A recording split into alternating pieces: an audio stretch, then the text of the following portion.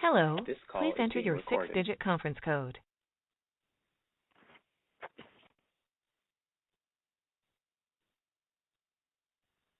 The hearing before United States Bankruptcy Judge Chris Lopez. If you wish to be authorized to speak, you must wait until your case is called. Press 5* when you wish to speak or make an appearance. When you are authorized, you will hear a message that your line is unmuted. We will now connect you to your call. Line muted.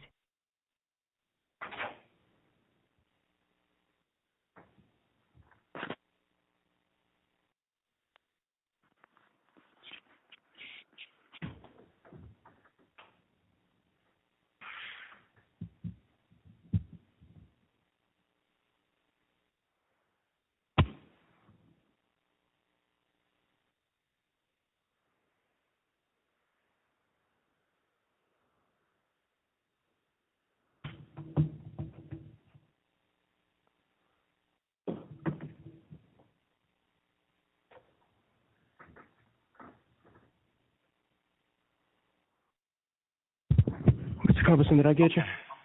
Yes, thank you, Your Honor. I'm so sorry. No. You have done nothing wrong. We have a system that's supposed to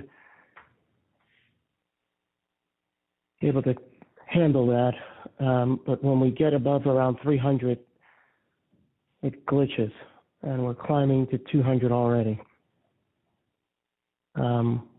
You've done nothing wrong. I apologize.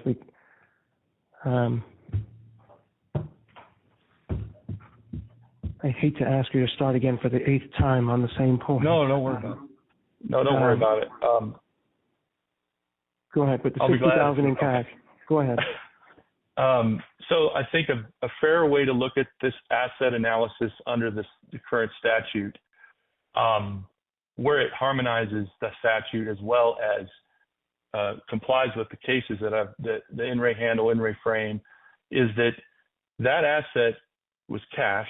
It came from a Sorrento outside of Texas account into presumably a Houston, Texas account, but I don't think a Signature Bank is, and this is something we can talk about at the venue hearing, but Signature Bank, as I understand it, doesn't have a branch in Texas. So what they intended was still important because they intended to defraud the court.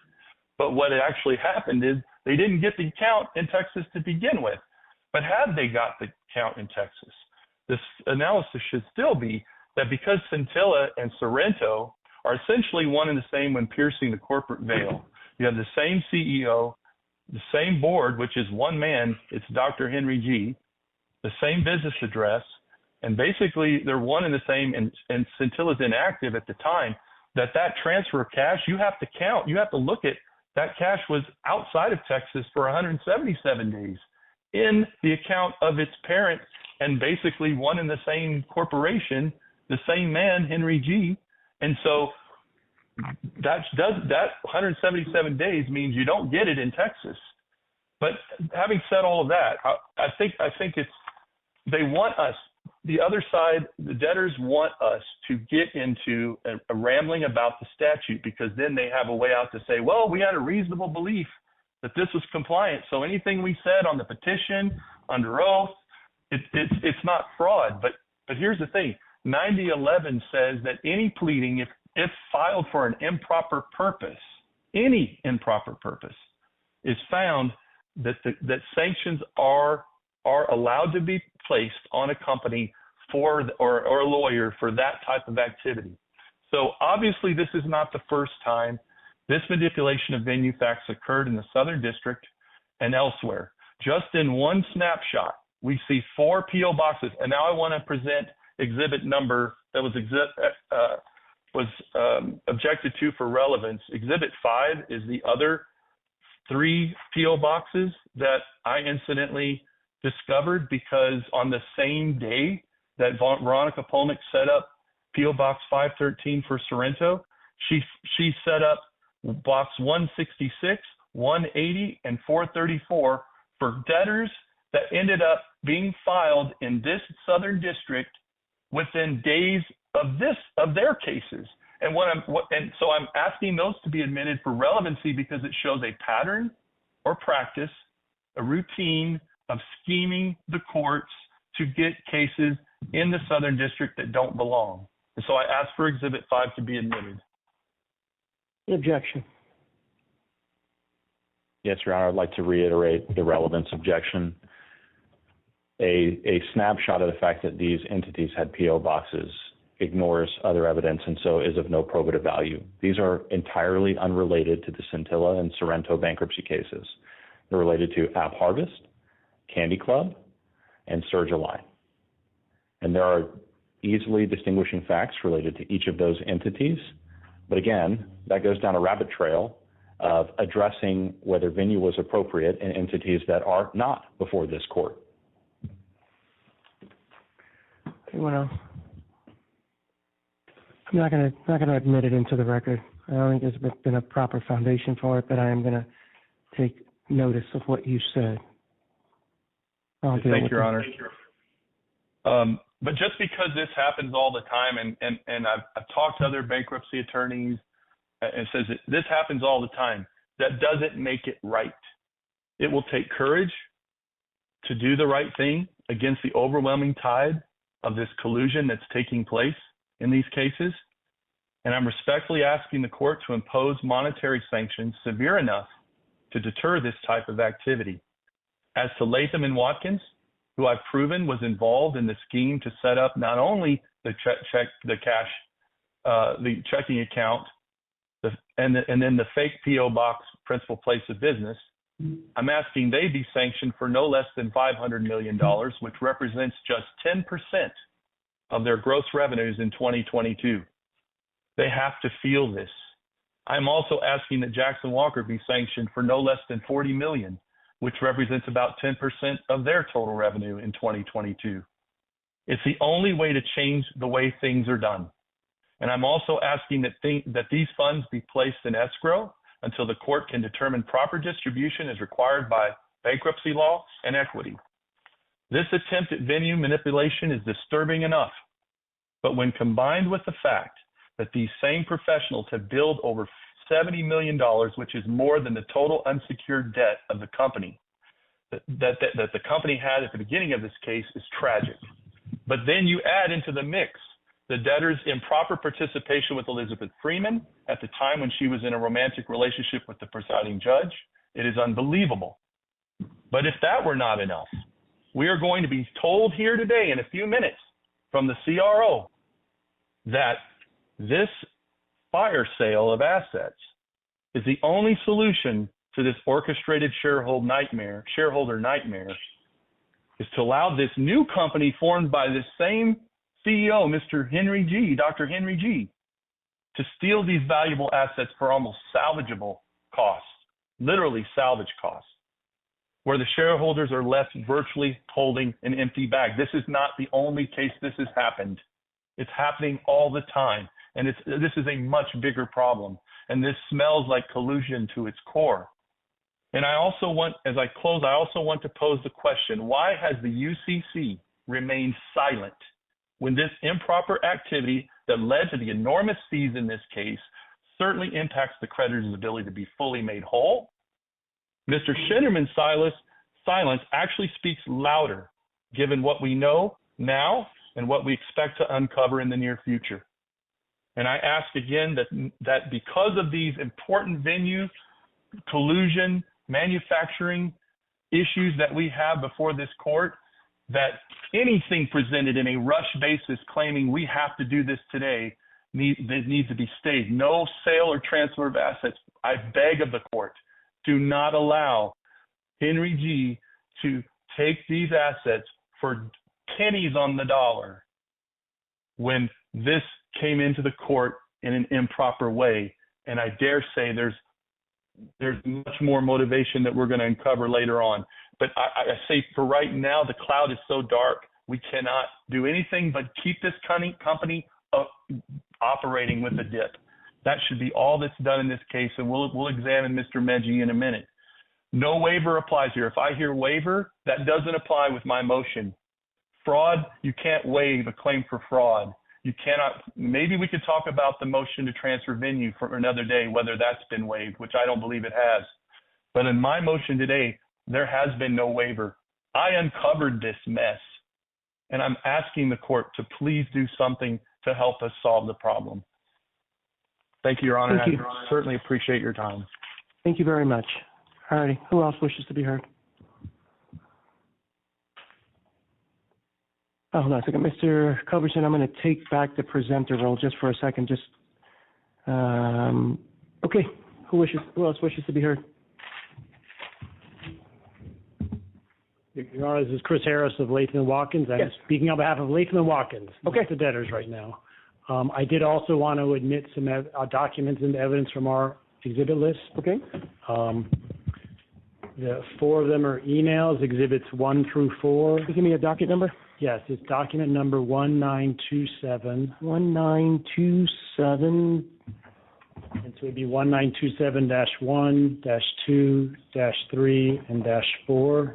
197-1, 2, 3, and 4. Yes. So number 1 was already discussed by Mr. Culberson. It was the email chain between Jackson Walker and our disbursement agent asking for the opening of a Houston account. Mm-hmm. Number 2 is Stretto's response by email attaching wire instructions, which lists the local address of the bank in Houston. Mm-hmm. Number 3 is the email from Mr. Z authorizing Mr. Gordon of Latham to put a signature to the board resolutions for Scintilla. And number 4 is the email authorization from Mr. Z and his colleague at Sorrento for the signing the Chapter 11 petition. Okay. Any objections to the admissions of exhibits 1 through 4? No, Your Honor. Okay, they are admitted. Then we have Exhibit 8, which is the Section 341 meeting transcript that you also heard Mr. Culberson refer to and quote from. Okay. Mr. Culberson, I'm assuming you're okay with the admission of the 341. Yes, Your Honor. Okay, 8 is admitted. And then I have one more rebuttal exhibit, which is Mr. Culberson in his supplemental exhibit list lists the schedules and the SOFAs, the original version of them in May 2023. We have a rebuttal exhibit, which is just the more recent ones from June, and that is already on the docket. I can just refer to the docket number. So it's a pleading, and it's docket number 900, and it is just the updated SOFAs. Okay. And of relevance to that is simply that on page 51, the $60,000 transfer from Sorrento to Scintilla is disclosed, including the date of it. Okay. No objection. Okay. What was the docket number on that one? That was docket 900. Okay.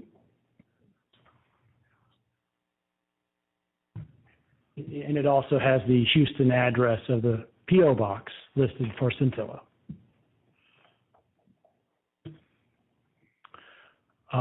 That is the evidence we would rely upon. With that, I'd like to turn to argument. Okay. Okay.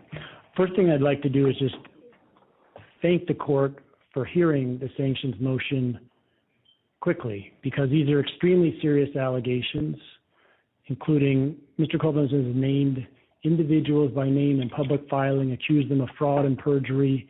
To have those accusations lingering out there would be unfair, and we appreciate getting a chance to respond to them today and have this issue decided today.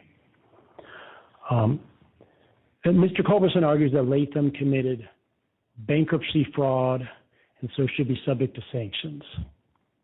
And I don't want to discuss the merits of the venue issue because that's not up for today, and Your Honor has scheduled a hearing for that on March 11th. And so what's relevant for today's purposes is something a lot narrower. It is not the ultimate issue of whether venue is appropriate, although no surprise the debtors think it is, but a much narrower issue, which is Latham's state of mind. And Jackson Walker has its own counsel here, and they will also argue on their behalf. So the standard for bankruptcy fraud, which is what Mr. Culberson has, I would say, recklessly alleged, is very high. He does not quote it, but 18 U.S.C. 152, which is what deals with false statements made under penalty of perjury, requires that the false statement be made, quote, knowingly and fraudulently. Mr. Culberson also relies on Rule 9011, and that says, and this is important, that the attorney's certification is to the, quote, best of the person's knowledge, information, and belief formed after an inquiry reasonable under the circumstances. That's what 9011 requires. And that's also, of course, what the petition that Mr. G signed, that the statements made in the petition are true to the party's, quote, reasonable belief. And the petition is Mr. Culberson's Exhibit 2, and that statement is in Section 17 of the petition, a reasonable belief. So what are the facts about Latham's state of mind? There's not a shred of evidence that Latham knowingly believed any statement to be false, and instead the only evidence of Latham's state of mind is that it believed them to be accurate. So to start with, just to take this off the table, yes, Latham helped prepare the petition. That is what bankruptcy lawyers do. In fact, all lawyers, they prepare court documents. Latham prepares many bankruptcy papers. That's our job. We prepare documents at the direction of our client. And as Mr. Culberson admitted, we did it at the direction of our clients. We had direct authorization from Mr. G, and that's our Exhibits 3 and 4. And similarly, the petition itself, which is signed by Jackson Walker and Mr. G, is signed upon their reasonable belief. That's what they're saying. And as to whether Latham and Jackson Walker and Mr. G held the belief that Scintilla's was principal place of business, here are the uncontroverted facts. I think they're all admitted.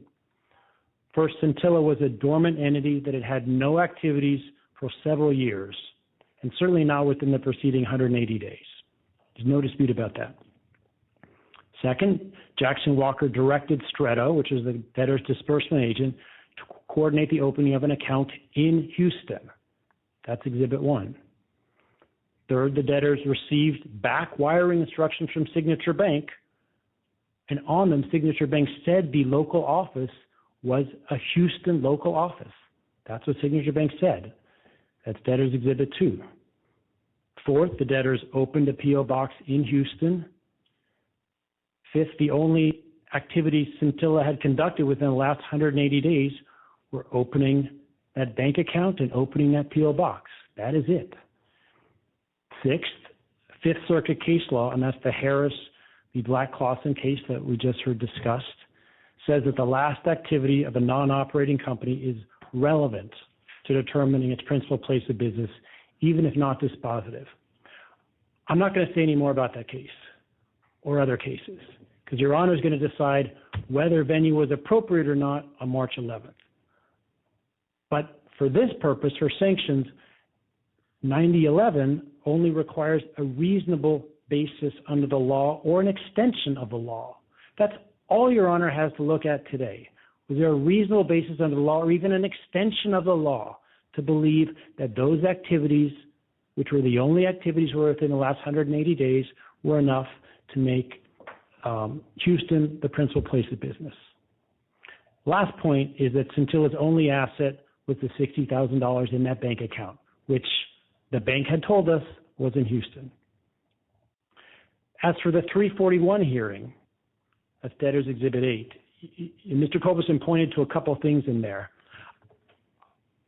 Is it possible to give Mr. Gordon displaying privileges just so he can show the actual question and answer? Jonathan Gord? Yeah. Yep. Could we display, once you're ready, Debtors Exhibit 8?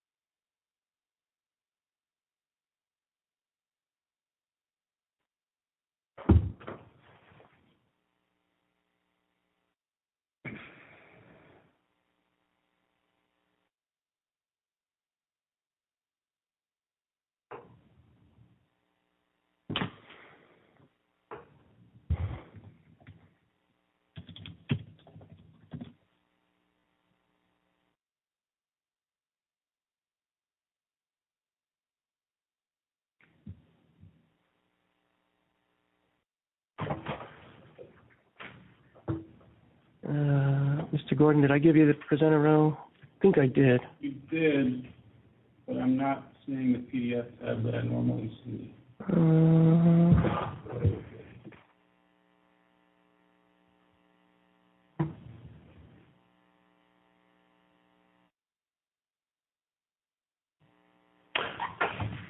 I don't want to take up more of Your Honor's time. I could just describe what's in there, and Your Honor can. Up to you guys. Oh. No. Okay. Okay, great. Could you turn to PDF page 5, so the page 4 of the transcript?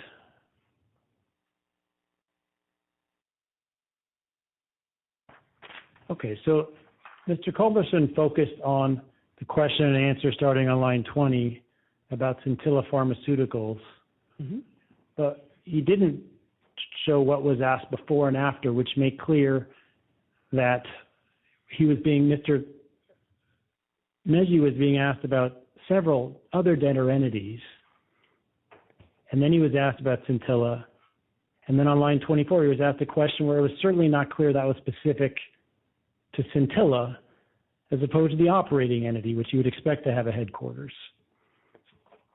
And then on page 5, Mr. Duran continued asking questions. We can go, and again, they were asked questions about the debtors in general, and Mr. Mejji continued to ask questions about the debtors in general. So it is not that Mr. Mejji understood he was asking a particular question about Scintilla. He was trying to answer the best of his knowledge about the debtors in general. The other portion of the transcript that Mr. Culberson pointed to was to try and draw some nefarious conclusion from the fact that Ms. Reckler tried to help answer a question. If we could just go to page 25.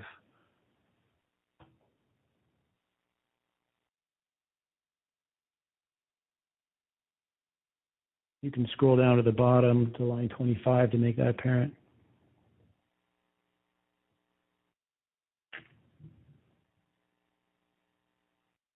Okay. And Ms. Kelly, the question says, Mr. Kelly says, okay, and then just following up on my first question, if you can go to the next page. What is the address of Scintilla's principal place of business? And he asked Ms. Reckler, were you able to come up with that, Caroline? And so, yes, she answers the question to give him the information he wants. There's nothing nefarious about that. It's a 341 meeting. People are trying to give creditors answers to questions. She was specifically asked the question, and so she answered it. So with all of that, the debtors and the professionals made the reasonable conclusion that Houston was the location of Scintilla's principal assets and principal place of business. And so that's what the petition says. It's very clear. No one hid the fact that there was a P.O. box and that there were no other assets besides that bank account, or that Scintilla was a dormant company. In fact, as I mentioned in the updated SOFAs, it shows the $60,000 transfer from Sorrento to Scintilla on the day that everyone is now focused on. It's all listed there out for the public to see. Now, people now disagree whether that was sufficient for venue. Fine, Your Honor will decide that on March 11th. But for today, the issue is not that, but just whether Latham and Jackson Walker had a reasonable state of mind to believe that that was the principal place of business. And there's not a shred of evidence that Latham or the debtors or Jackson Walkers did not personally believe the venue was appropriate. Now, in his reply brief that he filed yesterday morning and in court today, Mr. Culberson seems to make a new argument, which is that it's bankruptcy fraud to take actions with the intent of establishing venue. Okay. Well, Section 1408 doesn't say anything about that. Doesn't say there's anything improper about trying to establish venue. 18 U.S.C. 152 doesn't say that. Rule 9011 doesn't say that. And to the extent it talks about improper purpose in 9011, which it does, this is not what it's talking about. This is what 9011 says. It says, it's not being presented for any improper purpose such as to harass or cause unnecessary delay or needlessly increase in the cost of litigation. That's not what's happening here. There's nothing improper about trying to establish venue, which is all that's even suggested here. The other supposed basis he cites is the 1908 Supreme Court decision in Miller v. Eastside. As a preliminary matter, I'd say that's a jurisdiction case. It's about diversity jurisdiction. It's not a venue case. But more importantly, even it is relevant, it says the exact opposite of what Mr. Culberson would like it to say. Instead of saying that taking actions for the purpose of establishing jurisdiction makes jurisdiction incorrect, it says that a party's motive in taking actions do not affect whether jurisdiction exists. And instead, what that case was about was because of the particular kind of jurisdiction involved, which is diversity jurisdiction, the party had to have an intent to have a permanent residence. So for that particular kind of jurisdiction, if the intent instead is just to allow a lawsuit to go forward, that is not actually creating citizenship. I'll quote the case. We do not intend, by what has been said, to qualify the general rule long established that the jurisdiction of a circuit court, when based on diverse citizenship, cannot be questioned upon the ground merely that a party's motive in acquiring citizenship in the state in which he sues was to invoke the jurisdiction of a federal court. So it holds the opposite of what he says, which is it holds that the intent to create jurisdiction is not problematic. The problem in Miller was that the kind of jurisdiction they wanted to create, you had to have an intent to have a permanent residence, not some other kind of intent. And I'm not aware of any case holding that taking steps to establish venue even constitutes a bad faith filing, much less bankruptcy fraud. And although Mr. Culberson did not cite them, the cases that do criticize taking steps to establish venue still find that venue was established and that the petitions were filed in good faith. Those are the Patriot Coal and Winn-Dixie cases. Although they found that taking steps to establish were relevant for the issue we're going to have later on, whether to transfer, they nonetheless found not just that venue was appropriate, but that they were filed in good faith. That's the issue for today. You know, the last thing I'd like to say here is that Mr. Culberson's accusations and the use of this court's process have gone beyond zealous advocacy and have recklessly attacked individuals. He's very publicly accused associates by name of fraud and has repeatedly disclosed personal information. These attacks have been blasted nationwide, including in publications like the Wall Street Journal. It is irresponsible and it needs to stop.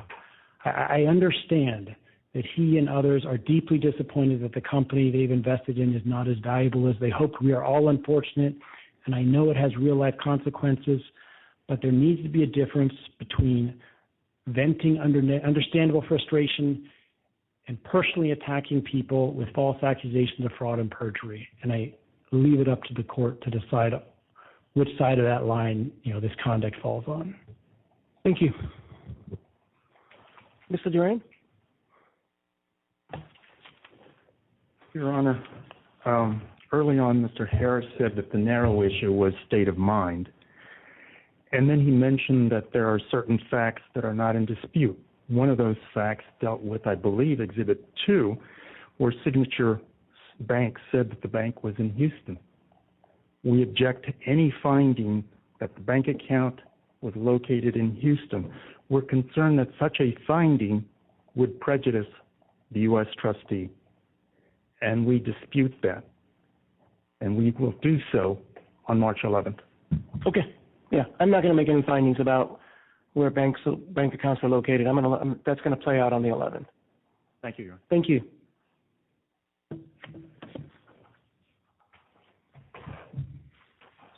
Hi, Your Honor. John Kane on behalf of Jackson Walker. I'll try not to get into too much of a duplication of argument. Mr. Harris did a good job addressing the legal issues before this court. One of the things I'd like to do is move for the admission of Jackson Walker's exhibits, and then, Your Honor, I'll just go right into to oral argument. Okay. Why don't you tell me a docket number for that? Yes, Your Honor. It's docket number 1922. 1922. And, Your Honor, I'm happy to walk you through the exhibits. Just tell me which ones you want admitted. Yes, Your Honor. Exhibit 1 is Scintilla's petition dated February 13, 2023. Why don't you just read out the numbers? You want 1 through 8? Is that what you're looking for? Yes, I do, Your Honor. Okay. So 1 is the voluntary petition of Scintilla. 2 is the 341 meeting, which we've already admitted. I think we've admitted 1 and 2 already. 3 is a proposed order approving a disclosure statement. 4 is another proposed order, 1 at 1565, 1612. 5 is the actual order at 1616. 6 is the corrected order at 1652.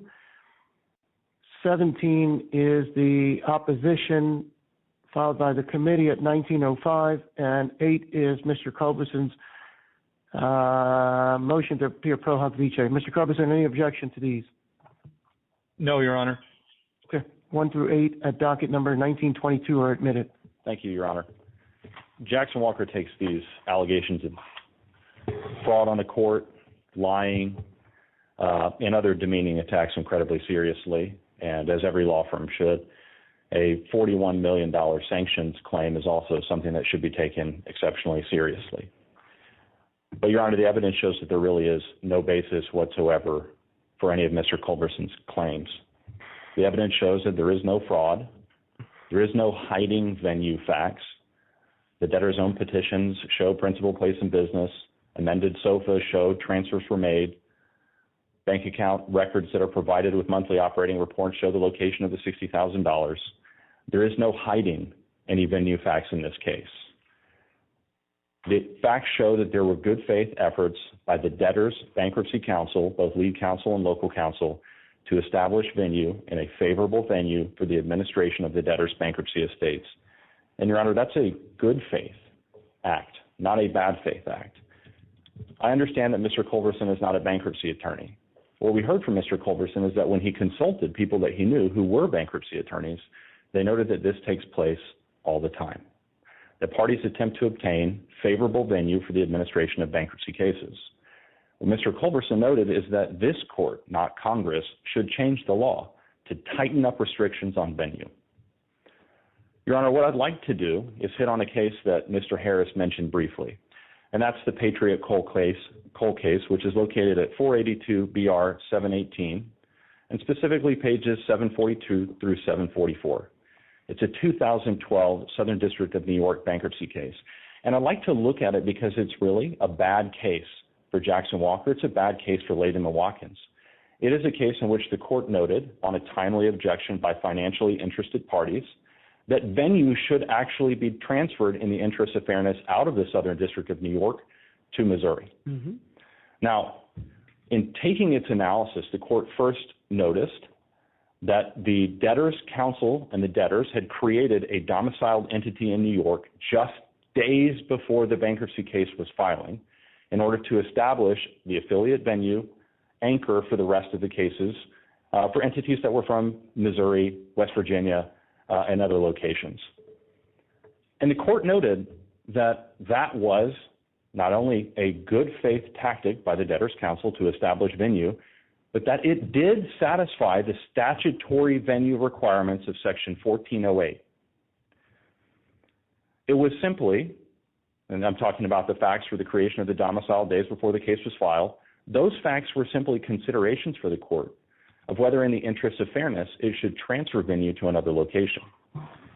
And the court in that case noted that because venue was correct, when it was looking at those facts to determine whether it should transfer venue, it took into account that the parties who were actually pursuing the objection and the change of venue were fulcrum creditor bodies and parties who were actually in the money.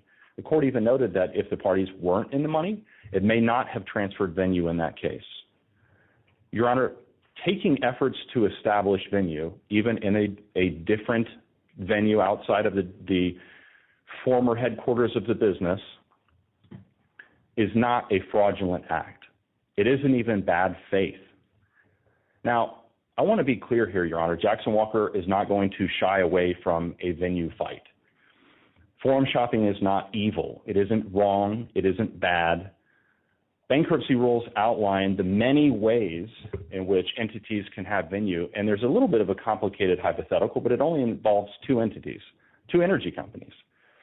You can have a New York domiciled entity that is headquartered in Texas, that has its principal assets, pipeline assets, in North Dakota. It can have an affiliate headquartered in California that's domiciled in Delaware that has, let's say, solar assets or alternative energy assets in Oregon. That hypothetical would allow venue in at least 12 different districts, more cities even within the districts, and across 6 different states.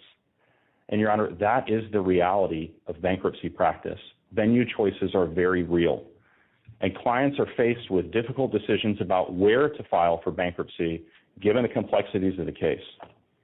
Your Honor, this case calls into mind a 2012 article written by the late Judge Lynn for Bloomberg Law that specifically addressed forum shopping because there was a House bill currently pending that addressed 1408 and would have tightened up venue restrictions for bankruptcy courts and cases. What Judge Lynn noted is that under 1408-2, there are a legion of options for venue, especially if you have multiple entities. He said the effects of the wide range of venue are to give serious options to bankruptcy practitioners. He described it as congressionally licensed forum shopping. And Judge Lynn notes that even the creation of an affiliate domiciled in a district of choice, like in Patriot Coal, may be reasonable and even, and this is a quote, very helpful to the debtor in certain circumstances. He noted that there are a laundry list of reasons why a debtor may seek to manufacture venue or establish venue in a favorable jurisdiction. He said, and there are 9 different reasons. 1, convenience for travel and residence. And he acknowledged that there could be a difference between a rural debtor and an urban debtor. The availability of judicial resources. Can the court hear matters? Is the court available for hearings on a regular basis? The efficiency of case administration. Whether there's a greater chance in a venue for a successful reorganization. What does binding precedent look like? Is there favorable law? And Your Honor, this is an easy one. If you look at the difference between, say, the Fifth Circuit and the Second Circuit on third-party releases, there is a distinction between those two that might warrant a party filing in one place or the other. We've got multi-district litigation and Texas two-step cases filing in North Carolina, that aren't being dismissed because the standards for the dismissal of a bankruptcy case are different across various jurisdictions and venues. A venue may be favorable if it has a history of stellar results from a judge's involvement or judge's plural involvement. If a judge or a bankruptcy court has a history of keeping companies alive during the early stages of bankruptcy, like keeps, curps, and wage claims. I'm not interested in the 9 standards. You're losing me. Okay, Your Honor. Why don't you skip to something else? Yes, Your Honor. The decisions to try and transfer venue are very real. They are a reality of this practice. The Northern District is my home court. The Northern District has acknowledged in 2023, this year or last year in February, that it needed to change its rules to be more favorable. Skip that one too. I'm not interested in that either. What else you got? Your Honor, we are in a situation. I don't know I don't know what that has to do with Jackson Walker. What the Northern District did to change their complex rules. I'm familiar with it. I don't know what that has to do with Jackson Walker. I just want you getting right down to it. Mr. Culberson got right down to it. Latham got to it. Tell me what it is about Jackson Walker. I'm not making any findings about what was right under 1408 today. I promised I wouldn't do it. That fight will come for another day, and we'll have a 1014 fight. Tell me what we're talking about today. Yes, Your Honor. I will. Jackson Walker acted in good faith. Jackson Walker was a representative of its client. It was local counsel. The email chain showed that Jackson Walker worked to establish a bank account in Houston. It ensured that there was a post office box in Houston or in the Southern District that established venue.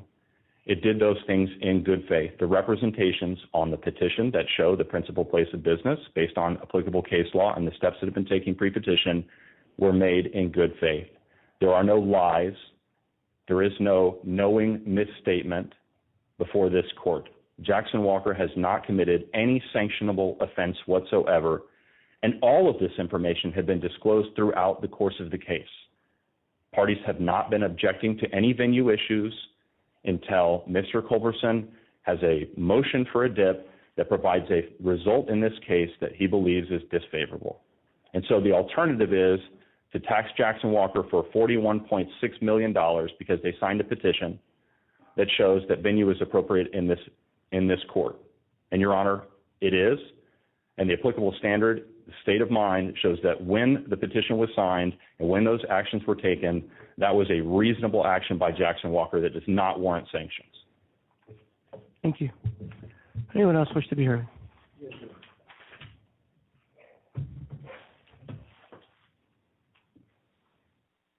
Your Honor, Mark Schinderman of Milbank on behalf of the committee. I rise for the limited purpose to talk about the relief that Mr. Culberson seeks, namely stay in any sale. I'll be very brief, Your Honor. Mr. Culberson called me out specifically, said, what did Mr. Schinderman do? I will show a conspiracy. I will show the problems. You have a rule about civility here, Your Honor. It prohibits such kind of behavior. Mr. Culberson never wrote to me, never called me, never asked what my opinion was. More importantly, didn't ask what the committee intended to do. The committee filed pleadings on these issues. We'll take them up at the appropriate time. Mr. Culberson specifically said, why did the committee not object? We explained that in one of our papers. At the time the committee was appointed, the DIP had already been approved. There was a limited liquidity runway.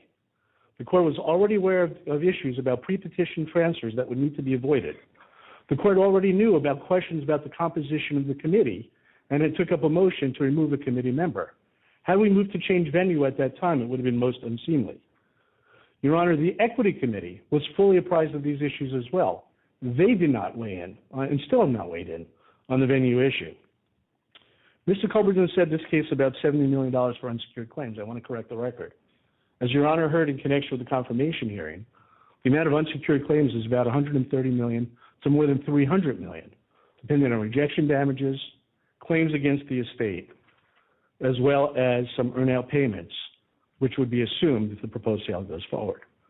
Also conspicuously absent from Mr. Culberson's recitation is that we removed $175 million of claims during the pendency of the case. The NAT litigation parties had a judgment against the estate that the debtor, through mediation, successfully negotiated and resolved for $1.5 million. Your Honor, at the end of the day, and what you'll hear in the next hearing, is we don't want to delay the sale. There's no other option. There's no other financing. There's no other sale. There's no other proposal. The estate is administratively insolvent. The creditors committee is the fulcrum class. Equity put in $450 million, and after 18 months, the company had no products to show for it. None. Not a single dollar has been earned in the marketplace from the exploitation of the product. As Your Honor heard throughout the case, as Your Honor found in connection with the confirmation hearing, Equity is most likely out of the money. So where does that bring us, Your Honor? The remedy. The remedy, as the Judge Gerber found in the Houghton Mifflin case that was cited by previous counsel, the court said, if I do have to change venue, I'll do it at a time that's right and fair to the parties. Your Honor, anything that delays the sale costs the estate $500,000 to $700,000 a week. That comes out of my creditors, my constituents' pockets. Anything that threatens the sale threatens our converting to the case under Chapter 7. It would be an inappropriate relief in connection with this motion that you just heard, and the relief they're seeking, to delay the sale. We'll take up the sale hearing and the DIP motion shortly. But if the remedy, I just wanted to rise to the point, the remedy of seeking to delay the sale because venue may or may not have been appropriate is an inappropriate relief for this motion. And lastly, I'm going to give away the punchline for today's hearings. The estate advisors have no problem changing venue after the sale closes. If some other court wants to take up whether or not our actions were appropriate, whether or not people conducted themselves appropriately, that is fine. But what we cannot have is delay that cost my constituents, not any other constituents, my constituents' recovery. So again, my limited purpose is the relief sought by Mr. Culberson after calling me out individually, which was not okay. The relief here is not to delay the sale. Thank you, Your Honor. Anyone else wish to be heard? Mr. Glenn. I'm sorry. Let me unmute your line here. Mr. Glenn, can you hit 5-star? You may have already. Oh, I'm sorry. I got you. Hell no, I don't. Let's see if that's you.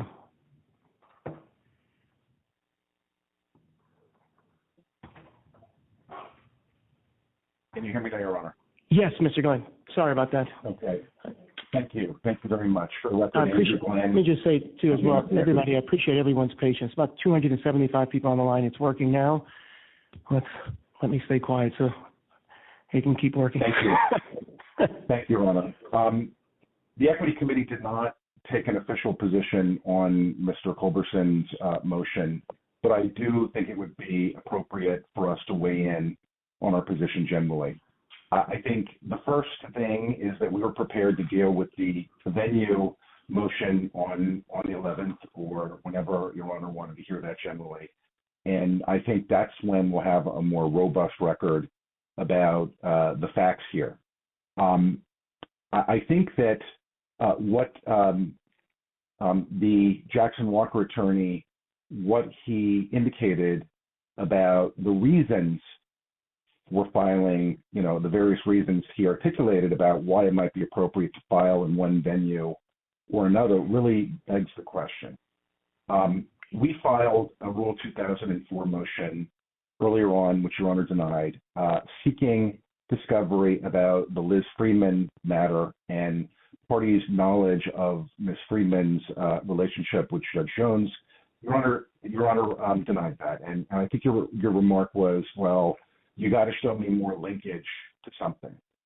And what the elephant in the room right now. Well, Mr. Glenn, let me just stop you. Is that on appeal? Because I don't want to talk about stuff that's pending on appeal. It is on appeal. It is on appeal. So I mean, you can speak, but I'm not going to speak back to it because I think it'd be inappropriate for me to comment on something that's on appeal, and I don't want to. That's district court business. So once it's on appeal, it's out of, it's away from me. So I can hear you, but I'm just saying I won't comment anything back, but it will be because the matter's on appeal, and I've got to respect what the district court and your process there. Understood. Okay. Understood. But I think what hasn't been answered and what this case needs is full transparency, because there doesn't seem to be an unconflicted fiduciary. The trustee's office is now examining this, but every time we deal with this, it seems like we're dealing with an incomplete record. And I think the question that hasn't been answered is, why was that post office box open in this particular case with emails including Ms. Freeman on them? So we support Mr. Culberson's dogged efforts to get to the truth here, and we look forward to dealing with these issues down the road. I'm not going to comment on the stay in the context of this hearing because I really want to present the issues independent of this venue dispute as to why the sale process should be delayed. And we reserve the same rights that Mr. Duran's office did with respect to the venue issue. Absolutely. Everyone's rights are preserved what matters not before me. Thank you. Thank you, Mr. Glenn. Anyone else wish to be heard?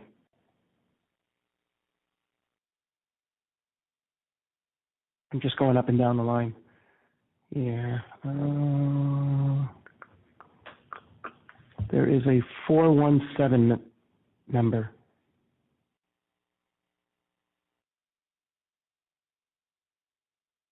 417. Do you wish to be heard? Area code 417.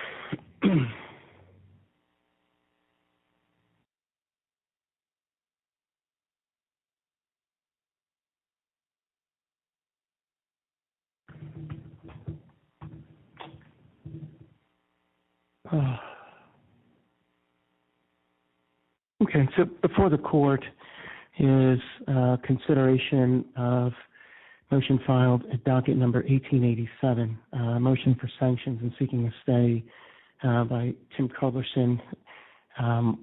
It's seeking sanctions against Jackson Walker and Latham and Watkins and for an immediate stay of asset sales. Mr. Culberson, the one question that I had for you is just a clarification on the record. By all asset sales, specifically, what do you mean?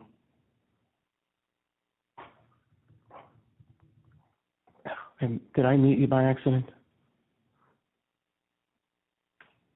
Hold on.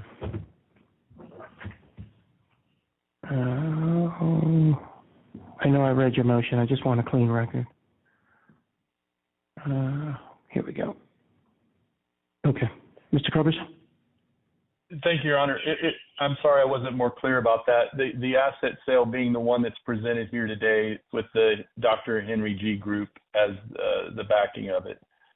And not necessarily the DIP, but I'll leave that up to experts that are I'll leave that up to the equity committee and the trustee. But as far as any asset sale transfers or sales with this Dr. Henry G. Group, that's what I was referring to. Thank you. Thank you. Just wanted to make sure.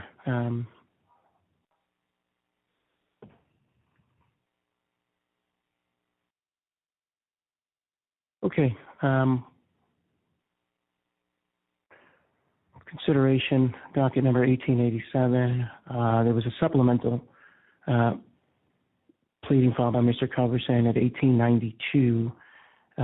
Debtors and Debtors' Counsel filed objections to motions at 1900, and there was a supplemental brief filed by Mr. Culberson at docket number 1924. I'm going to find that this is a core proceeding under 28 U.S.C. 157, and I'm going to find that I have jurisdiction to consider the matter.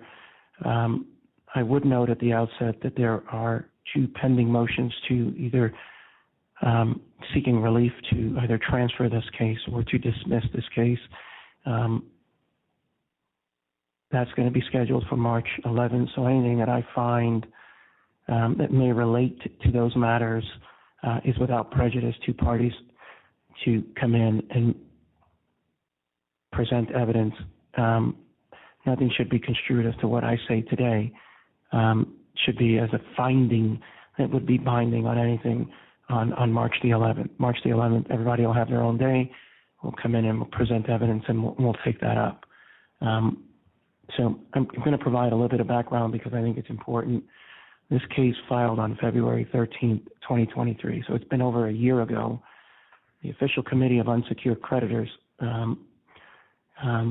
was appointed on February 28th, just about a year ago, was reconstituted a few times in March, in June, and in July 2023. In April of 2023, the official U.S. trustee appointed an official committee of equity security holders, and that was reconstituted on April 14th.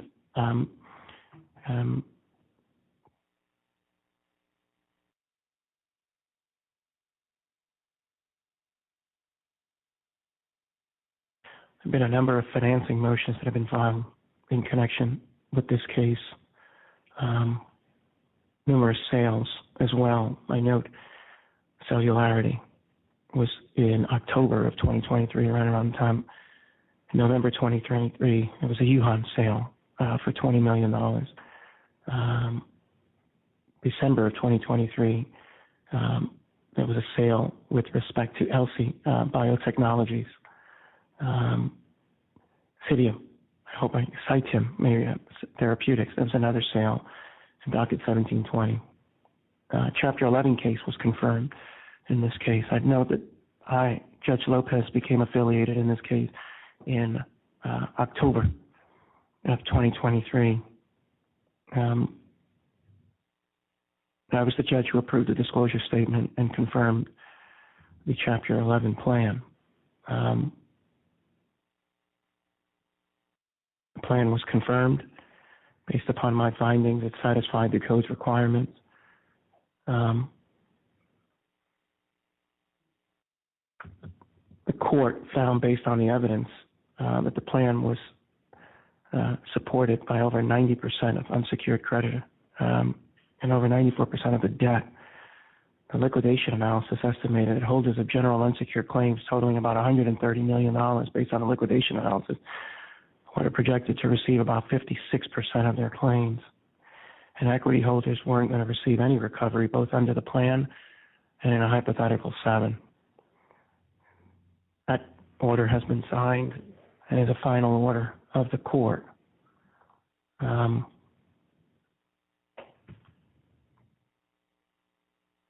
Been a lot of discussion about Section 1408, whether it applies, whether the debtors complied with 1408. A lot of arguments were made pro and against it. No one mentioned Rule 1014, but it's really not for today. I'm going to stick away from talking about whether the debtors satisfied or complied with 1408 and what to do about one way or the other 1014, whether it's 1014A or 1014B, and what it means to have a timely motion, and what the facts and the circumstances are in those cases. It's not really before me today, but a lot of parties talked about it, so I'll say this. Because I'm going to want to hear about it on the 11th. And this will come as no surprise to the parties, but I start from the basis, and that's, I'm going to get to Mr. Culbertson's motion, because it's seeking sanctions. And a lot of talk was talked about 1408. But the legal issue of timeliness is going to be an issue. There was an equity committee, creditors committee, everyone asking a bunch of questions, documents out there.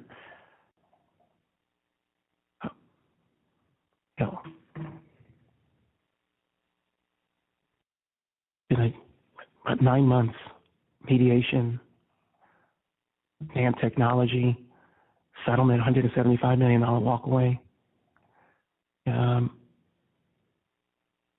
I have to talk about timeliness. Confirm Chapter 11 plan. A post-confirmation transfer or dismissal is what I'm being asked to do. You don't have to talk about that. And I'm being 100% transparent. When it comes to the official committee of creditors, the official equity committee, or the United States Trustee office, I am not here to play Monday morning quarterback and start saying what people did or shouldn't have done. But the fact is they were there, and parties could have asked a lot of questions, and they elected not to. And I got to figure out what to do about that. It's a transfer case that was, quite frankly, transferred to me in the first instance. Post-confirmation,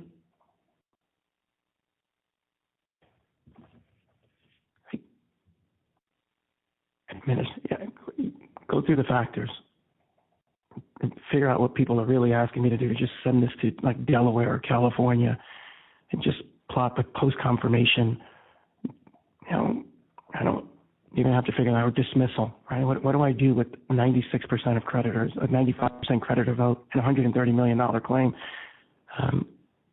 What am I being asked to do? Send creditors to self-help remedies?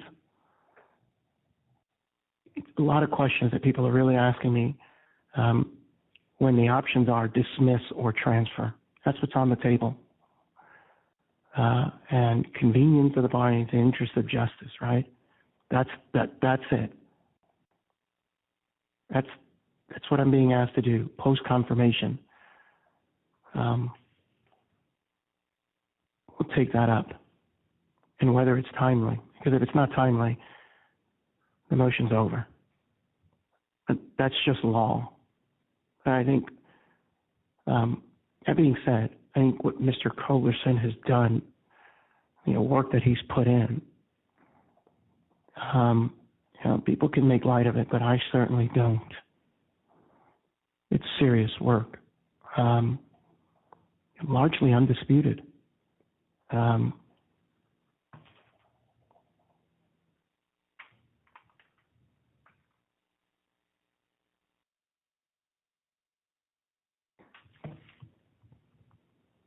The issue before me is whether to sanction under Rule 9011. Based upon the facts that I have here, I don't have bankruptcy fraud as defined in 18 U.S.C. I don't have any evidence of that. I have legal maneuvering to try to secure a venue in the Southern District. Not the first time it's happened in this district or around the country. I hope it's not rampant, but I'll look into that.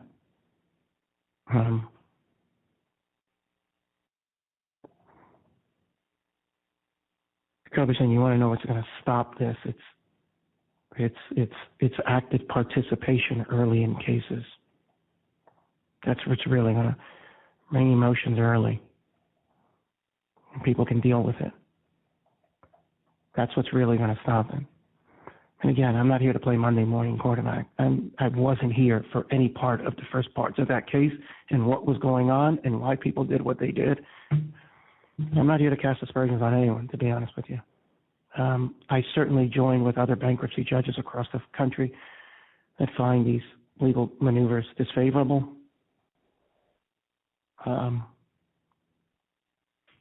Plenty of cases in this district. Got enough to do here.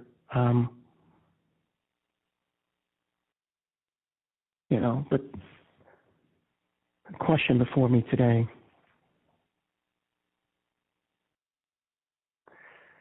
on the 11th is, let's assume all of that is right. All of it is true.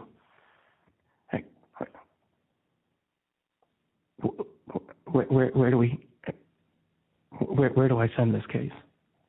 And for what? Or dismiss and do what with creditors who are entitled to be paid before anyone?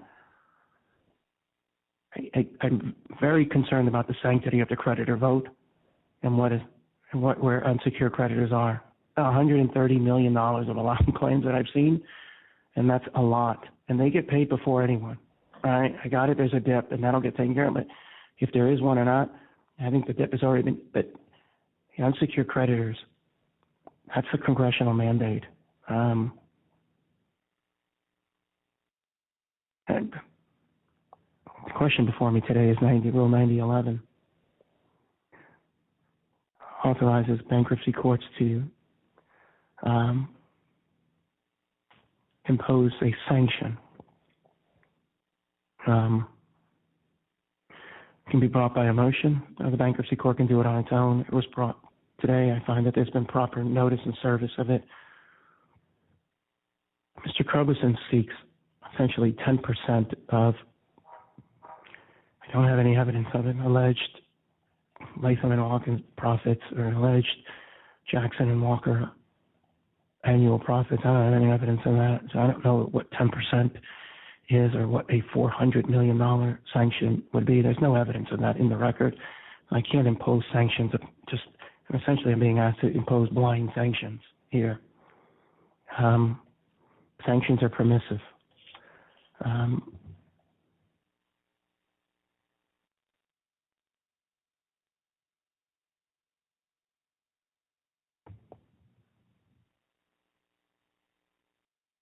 You could impose sanctions under 9011 if you go through the rule very carefully.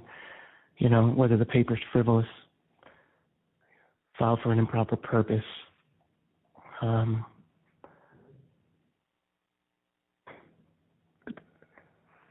If you look at what bankruptcy courts are really allowed to do.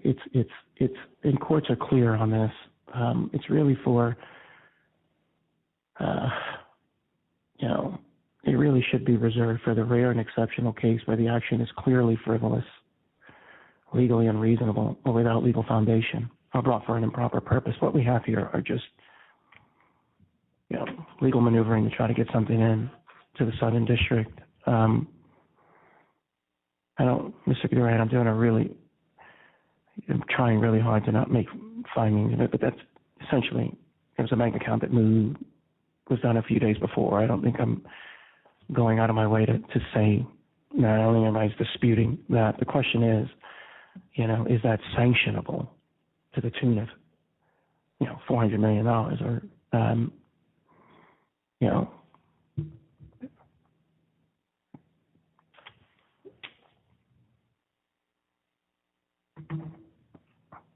going to find that it's not sanctionable. I don't like it. It's not sanctionable. Lawyers try to maneuver. And there's legal arguments. But everybody's asked me not to rule on the legal arguments and whether it's proper or not. So how can I sanction someone when we haven't taken up the findings as to whether something is proper or not? Maybe the bank account was there in Houston. Maybe that's enough. 1408 just says what it does, and then talk about the process or the procedure, right? So we're having a 1408, 28 U.S.C. 1408 discussion. We're not having a bankruptcy rule 1014 discussion, which is an entirely different inquiry. We haven't gotten past the timeliness motion, and process must win. So what I've seen or heard today is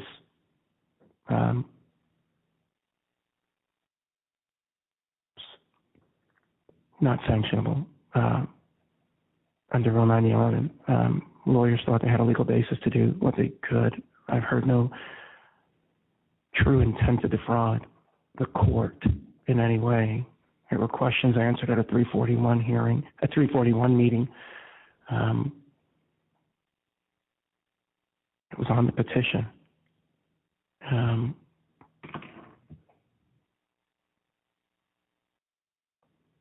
Normally, these are addressed very early on in cases, and courts make determinations based on that.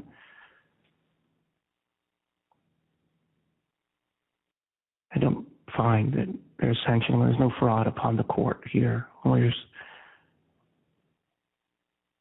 made legal maneuvers that may be disfavorable, but there's no finding here. There's no evidence that they didn't think that they had a legal basis to try it or to try to do what they did.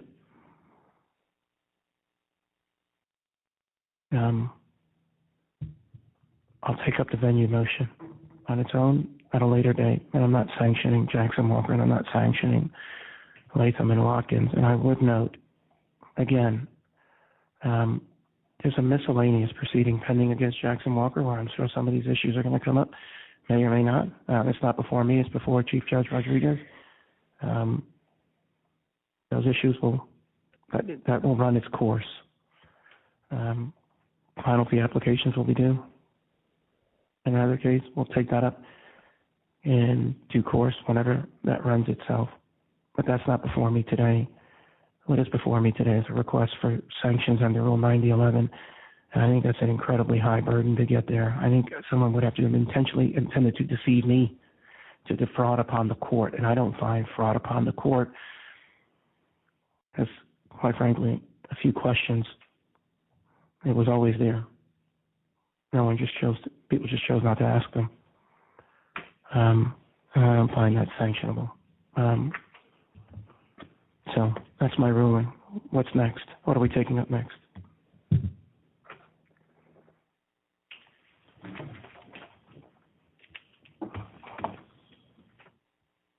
I'll note for the record as well, based upon all the representations to me, Latham and Jackson Walker thought they were legally justified. I think Mr. Culberson makes a point, Judge, this has got to stop. That doesn't mean that they were legally justified in doing it. And that's what's not sanctionable, right? It's they thought they had a legal right to do it. They thought they could do it. Whether it was proper or not is not before me today. What is before me today is whether they thought there was a basis in law to accomplish this and to do it. And they did. And there's no evidence to dispute that they were intending to deceive the court or anyone else with me. And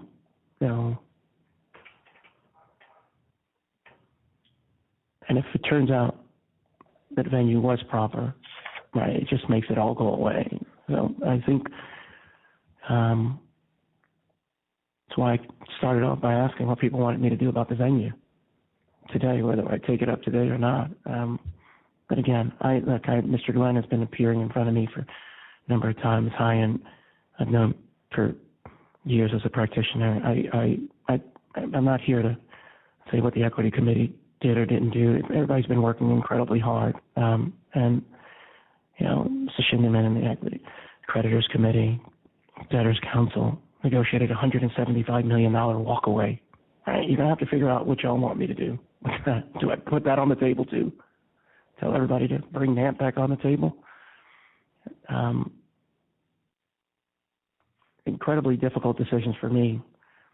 And again, I've only been in this case for 4 months, but I did confirm a plan, and creditor votes and what creditors asked me to do is really weighing heavy in my heart and in my mind, because that's what Congress told me that I'm supposed to be doing and paying attention to. So, but for today, was there a legal basis? Did lawyers believe that they had the right to do it? I don't think there were any reckless misstatements of law. It was in the schedules. On the petition, I've entered over 60 orders. No, I haven't. Bankruptcy court. I found over 60 orders. People saying venue was proper. I'm going to have to figure out what you want me to do with that. But that's not before me today. I don't find, I do want to end with this. I know lots have been said about Mr. Culberson.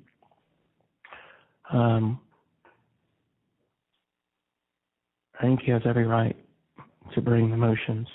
I think he has every right to continue his investigations. Mr. Culberson, I do get concerned when you file stuff.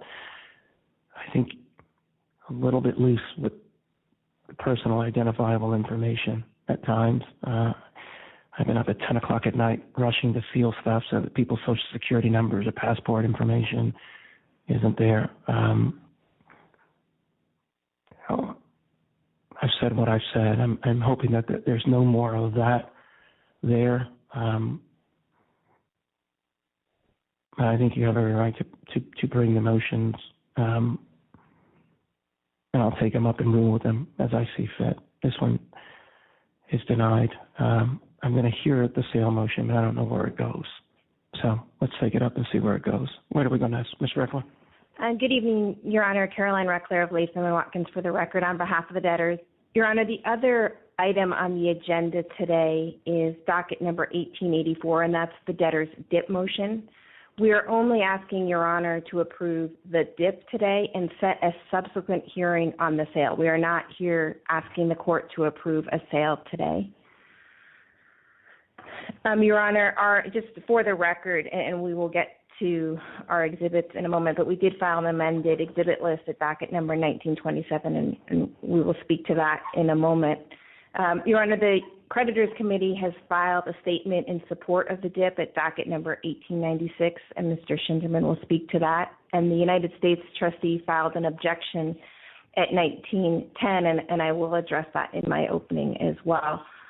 And lastly, Your Honor, the official equity committee, as we were walking into court this afternoon, they filed a reservation of rights at docket number 1930, and that's, again, related to the sale. And I do have an update after speaking to our buyer's counsel and Mr. Medji on the equity committee statement, and perhaps it will resolve it, at least in part. We also filed a revised DIP order at docket number 1926, which just changes the name of the entity of the lender, but it's the same lender for all practical purposes, and I'll get into more detail about the lender in just a moment. We also clarified that the debtors do not need to fund the carve-out reserve on a weekly basis like they did in the prior 3 DIPs we've had in this case. But, Your Honor, we're here seeking approval of a DIP that will bridge to the sale outlined in the term sheet that was attached as Exhibit A to the motion. We are working on the APA and have requested a subsequent hearing date from Your Honor, and if Your Honor is so inclined, we'd like to deal with that at the end of the hearing. We do have one update as it relates to the sale. The debtors and the creditors committee have pushed our buyer very hard over the past few days, and again, after we saw the equity committee's reservation of rights, and we heard that feedback, and our buyer has agreed to push the March 1 date for approval of a sale order back by a week to March 8th.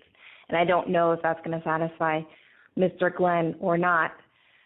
There's obviously a trade-off, the cost of remaining in Chapter 11 for another week, which is directionally $600,000 to $700,000 if you just consider the cost of the trade and ordinary course professionals, not the other professionals in the case. But we think that trade-off makes sense, and we appreciate that our buyer has given us an additional week. But I'd like to begin with some background on the financing and then put Mr. Medji on the stand to testify in support of today's relief. We've extended this case as long as possible in an effort to maximize value. This is our 4th DIP, and the previous 3 have been paid and satisfied in full. But we are at the end of the road now. We are out of money.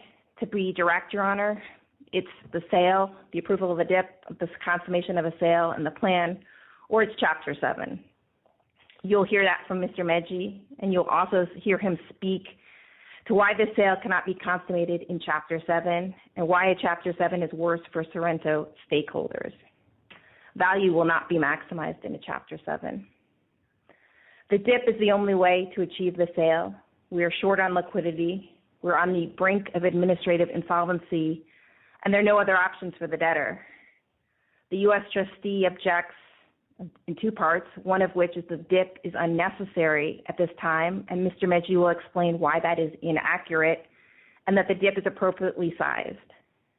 We are mindful of the United States trustees' concerns about the estate incurring super priority DIP financing primarily for the purpose of paying professionals.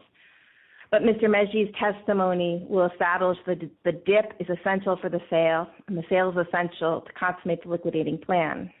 It will also establish that the sale and the liquidating plan maximize creditor recoveries and other stakeholder recoveries compared to the only other alternative, Chapter 7, even after accounting for the increased administrative expenses to get to the closing of a sale. And it'll also establish that the DIP is very favorably priced from the debtor's standpoint, and the $40,000 of interest payable on the DIP is a small price to pay to ensure that the plan can be consummated. As previewed at confirmation, we needed to close asset sales in order to consummate the plan. Mr. Medji testified to that at confirmation. Unfortunately, some of the sales that we contemplated closing and for which we had LOIs, letters of intent in hand at confirmation, fell apart as buyers lost interest. Mr. Medji will testify to this and will provide you with those details. We are close to the finish line, but we certainly don't have the liquidity currently to cross it. This DIP is the best financing available for the estate, and it satisfies the requirements of Section 364, and it also satisfies the debtor's business judgment.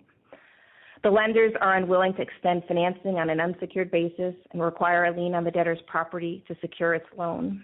The proposed collateral for the loan consists of substantially all of the debtor's assets, except for certain estate claims that have been excluded, which was an important concession from the perspective of our creditors committee.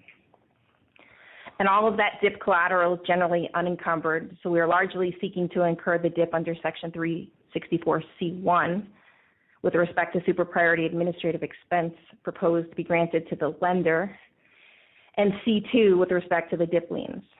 And you'll hear from Mr. Medji on how the debtor's entry into the DIP facility represents an exercise of sound business judgment under the circumstances of these cases. As a bridge to the sale, the DIP is offered by our proposed buyer, Vivisor, Inc., a newly formed Delaware corporation. The buyer is an entity associated with the debtor's CEO, Dr. Henry G., and will be funded by a syndicate of wealthy investors led by a private investment vehicle owned by a former principal of a leading middle market life sciences focused investment bank that has raised over $100 million for Sorrento Therapeutics in the last few years through private placements, registered direct financing, convertible debt financings, at the market shelf financings, and a combination of the preceding. Given the affiliation with Dr. G, we were very careful about the process to make sure that negotiations were conducted in good faith and at arm's length. Dr. G had no role whatsoever on behalf of the debtors, but was solely on the lender and buyer side of the transaction. The lender and buyer were represented by Paul Hastings. On the debtor's side, the negotiations were led by our independent CRO, Mr. Meji. And Mr. Schinderman from the creditors committee played a very large role in negotiations as well, often negotiating directly with Mr. Rollins of Paul Hastings. As we have throughout the cases, we've also kept the equity committee in the loop and shared drafts of the documents with them. Ultimately, the buyer rejected their comments to the sale term sheet, which we will receive shortly before the documents were finalized. But we can address their issues at the sale hearing and continue discussions in advance of that hearing to the extent any objections remain. We confirmed to the equity committee over the weekend that there is no prepayment penalty if the DIP is repaid prior to maturity, and that the term sheet will allow for competitive bidding if another bidder emerges prior to the sale hearing. Coming back to the DIP terms, just a few more points. The DIP is a $5 million term loan facility that will be funded in 2 draws in the amount of $3 million and $2 million. It matures at the end of March, as we intend to close the sale by then, and features 8% interest with no fees. In fact, the DIP doesn't even require the debtors to pay the lender's professionals unless there is a default. Related to the defaults, or any potential default, I want to explain something which I find to be quite unique, and that was also the product of significant requests and negotiation by the creditors committee. The order limits the lender's ability to foreclose on their collateral in the event of a default by requiring the lenders to come out of pocket to pay cash needed to fund the remaining purchase price in order to proceed with foreclosure. So the result of the foreclosure from the estate's perspective is essentially the same as if the sale was consummated, except that the lender can deduct its professional fees from the purchase price. This was a very important bargain for protection to prevent the lender from using foreclosure rights to acquire the assets for only the purchase price of the DIP loan. Our creditors committee and the debtors shared a concern. We did not want anyone to steal the assets for $5 million, and we simply were not going to let that happen, so we built in the foreclosure protection. Your Honor, the United States trustee argues that the DIP should not be heard until venue issues in this case are resolved. The debtors strongly disagree with Mr. Culberson and the trustee's legal arguments and factual statements that venue is improper, and submit that instead of filing these cases in Houston was entirely legal and proper under the plain language of bankruptcy venue statute 28 U.S.C. 1408. But the court can leave those issues for another day, the March 11th hearing, because the law is clear that Your Honor can consider approval of the DIP and the sale while a venue challenge is pending, because venue is not a jurisdictional matter. The Houghton-Mifflin case, 474 BR 122, before Judge Gerber in the Southern District of New York is instructive. That case involved a pre-pack where the court went forward with a confirmation of a prepackaged plan despite the United States trustee objection to venue. Judge Gerber, despite finding that the case was filed in an improper venue and that he had no choice but to transfer the case, noted that venue was not jurisdictional and proceeded to confirm the plan anyway. In adopting that approach, he put significant weight on the harm that would befall creditors if the case was transferred immediately. He ultimately ordered that the case was to be transferred on the first to occur, the effective date, or 30 days after the entry of the confirmation order.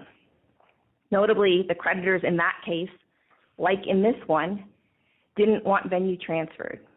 Here, as Mr. Meji will testify, significant harm and prejudice will befall all stakeholders, but mostly creditors if the sale is delayed or worse, doesn't close because of that delay. and Mr. Schinderman will speak to that as well. Judge Gerber noted that the United States trustee in his case had cited no case, nor was he aware of one, that has determined that the court must effect any required dismissal or venue transfer under any particular timeline dictated by law. And of course, the United States trustee has not cited any case here either. Judge Gerber further noted that a required venue transfer cannot be pocket vetoed or delayed for an indefinite period, but everything in the venue jurisprudence emphasizes the goal and ability of judges to protect the creditors and other stakeholders in the cases on those judges' watch. And of course that makes sense, because otherwise anyone could block a transaction by filing a motion to transfer venue and allow that to be litigated extensively before the ruling on the ultimate transaction. Such gamesmanship should not be tolerated and is not in the public interest. Judge Gerber instead transferred venue under a timeline that minimized the harm to creditors and other stakeholders and avoided unraveling all of the progress that the estate had made towards confirming the Chapter 11 plan prior to venue transfer. We ask that you do the same here, to the extent you are even inclined to agree with the U.S. trustee and Mr. Culberson's arguments on that topic, which again the debtors dispute. Your Honor, as I mentioned, the DIP is a bridge to the sale, which will help us avoid Chapter 7 and consummate our plan. We believe the sale and the plan are substantially better than a conversion because they allow the assets to be sold for substantial value as a going concern, much more than they would be worth if the debtors stopped operating and languished in Chapter 7. If consummated timely, they will provide funding for the litigation trust to pursue recoveries for unsecured creditors. And finally, they allow for a greater chance of recovery to equity because they increase the chance that creditors will be paid in full and keep the existing shares in existence. Mr. Mejji's testimony will address this in further detail. And so in order to understand the DIP and why it's beneficial, I also think it will be helpful to understand that even though the sale is not up for approval, the background hopefully provides some history and guidance. And to understand the sale, I also think it's important to remember how we got here. And Mr. Mejji will cover some of that in his testimony. I don't want to be redundant, and I will leave that for Mr. Mejji. So unless Your Honor has any questions, and after others make their opening statements, we'd like to put Mr. Mejji on the stand, and I'd like to offer some closing remarks at the appropriate time. Thank you. Mr. Schinderman.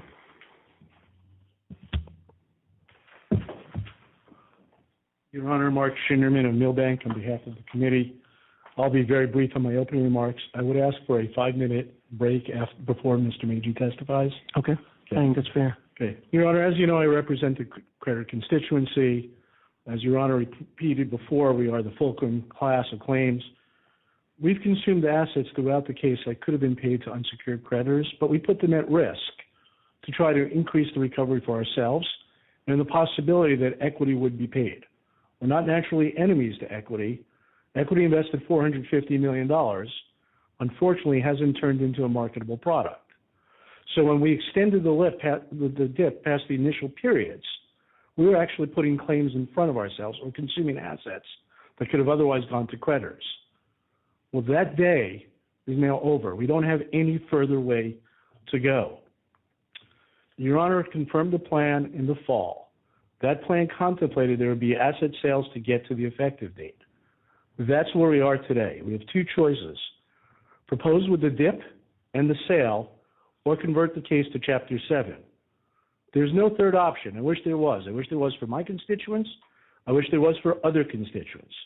But there are no other proposals, actionable or otherwise, on the table to finance the assets or to buy the assets outright. There were a few promising expressions of interest that Mr. Mejji will testify about. I think you heard about it at a previous hearing. Unfortunately, none of those closed. The very important part of this, the DIP hearing is part and parcel of the sale effort. It does not exist separate and apart from that sale effort. If there's no sale, there's no reason to incur more debt ahead of unsecured claims. We may as well convert the case to Chapter 7. Without the sale, there's no reason to borrow money. Now let me explain what I mean by that very quickly. When the proposal came to buy the assets, as you'll hear, we said we need to fill a liquidity gap to make sure we get to closing. But as Ms. Reckler said, we didn't want money to be at risk so that the DIP lender could simply declare default and foreclose and get all its goodies for $5 million. So we put the two together, that the DIP loan relates to the sale and the sale relates to the DIP loan. Now, if someone comes forward before that hearing with a higher and better offer, we'd be fools not to consider it. And that possibility remains on the table. The DIP loan does not preclude that possibility. The best way to think about the DIP loan you're going to hear more information about is that it's an advance against the purchase price to ensure that there's liquidity to get us to a closing. And it's essentially costless if the sale closes. It'll be 1 month's interest or 3 weeks' interest. That's it. No fees, no costs, because it's part and parcel of the sale. So I think you're about to hear testimony on the following issues. First, the estate is administratively insolvent. There are accrued liabilities. We have some cash, but that cash will not get us to a closing. The projections will show that it is very close, if we get receipts in, that we won't need to borrow that DIP loan. But that's a big if, because some of those receipts, the insurance proceeds, payments by Lee's Pharma, haven't come in, and we expected them in prior periods. So first, you'll hear that the estate is administratively insolvent. Second, you'll hear that the sale, when we're not asking to take the sale, but you'll hear that the sale is intended to pay off all administrative claims, permit the plan to go effective, and if the sale closes timely, and this is very important, there'll be money to fund the trust.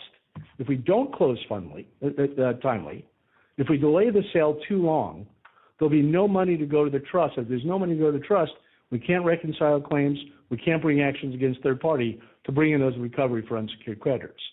That's why timeliness matters. Third, you're going to hear that the DIP loan is needed to ensure liquidity to permit us to get to the closing.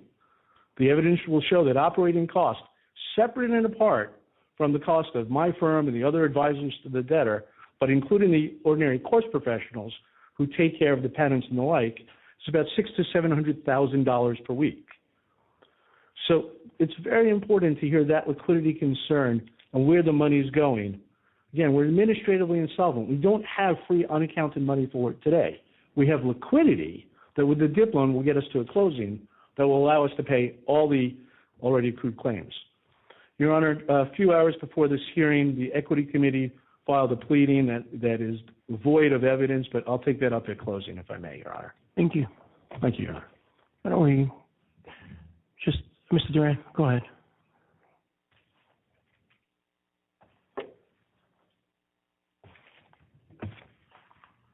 Your Honor, the court should not consider the DIP motion before us today until the previously filed motions to transfer venue or to dismiss these cases have been decided by this court or otherwise resolved. Those motions raise very serious allegations that should be heard and decided before this DIP motion. We take the position that the debtors lack any basis for venue in this district. The debtors have filed an objection, and they take a position that's adverse to the U.S. trustee. If the court is not inclined to, then if the court disagrees and determines that the matter should be heard today, then in the alternative, we request that no finding be made today pursuant to the DIP motion that would in any way prejudice the U.S. trustee or any other parties in interest. I think that's fair, but we're going forward today. I'm not here to prejudice, and I may determine at a later date that venue isn't proper. But again, people could have gone. I've got venue today, and I'm here today, and we're going to go forward with this. And I don't know what I'll do, obviously, with the evidence, but I won't make any findings about venue being proper or not being proper. But I'm ruling, or I should say, I'm not going to make any findings to prejudice your ability to later come back and say, well, I just found venue a week ago. You're not going to have venue today. I get that point. I think that's fair. Mr. Durham. All right. Moving forward, we believe that the evidence will show that there is no emergency because the debtors have failed to show that $6.33 million in DIP financing for professionals over 6 weeks is necessary to preserve the remaining assets of the estate. The evidence will further show that but for the forecasted payment of professional fees, the debtors could operate on existing cash and projected receivables. We think that the budget does not contain any identifiable, reliable stream of revenue or revenue-generating operations through which the debtor could repay the DIP, other than the new transaction proceeds, which are the sales proceeds. The only source of payment is the sales proceeds, and the sale has not yet been approved, nor consummated, nor do we know that it will be approved or consummated. As such, the creditors should not have to bear the burden of speculative spending. Financing is not required to preserve the remaining assets. Rather, more than half of the DIP financing proceeds will be allocated for the payment of professional fees. That's what's driving this deal. Given that the amounts of forecasted professional fees exceed those reported in the November and December operating reports and constitute about 60% of the total budget, the debtors cannot show that the DIP financing proposal will yield any measurable benefit to the bankruptcy estates. The budget has a beginning. We believe that the evidence will show that the beginning balance is $3.6 million, that during the 6-week period, the debtors project receivables of $2.2 million. Thus, total cash receipts are $5.8 million, excluding the NewCo sales proceeds. The total cash disbursements is $4.37 million. That leaves $1.43 million, which demonstrates that the debtors can operate without DIP financing, even without the NewCo sale proceeds. Under these circumstances, that's what we think the evidence will show. In the alternative, to the extent that the court finds that DIP financing is necessary, then the court should permit DIP financing that is limited to what is necessary to preserve the estate's remaining assets through March 11th on an interim basis. A final hearing could then be scheduled for March 11th. Thank you. Why don't we take a few minutes? I think the AC has gotten cut off. I'm going to see if I can turn it back on. It's 6:47. Why don't we come back 6:55 and get started? Thank you.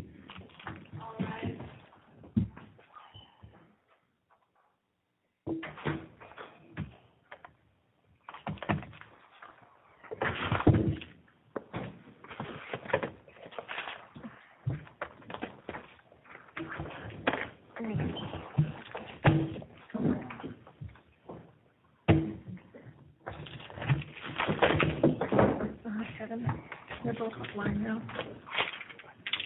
They're both offline now. Tell me how to do it.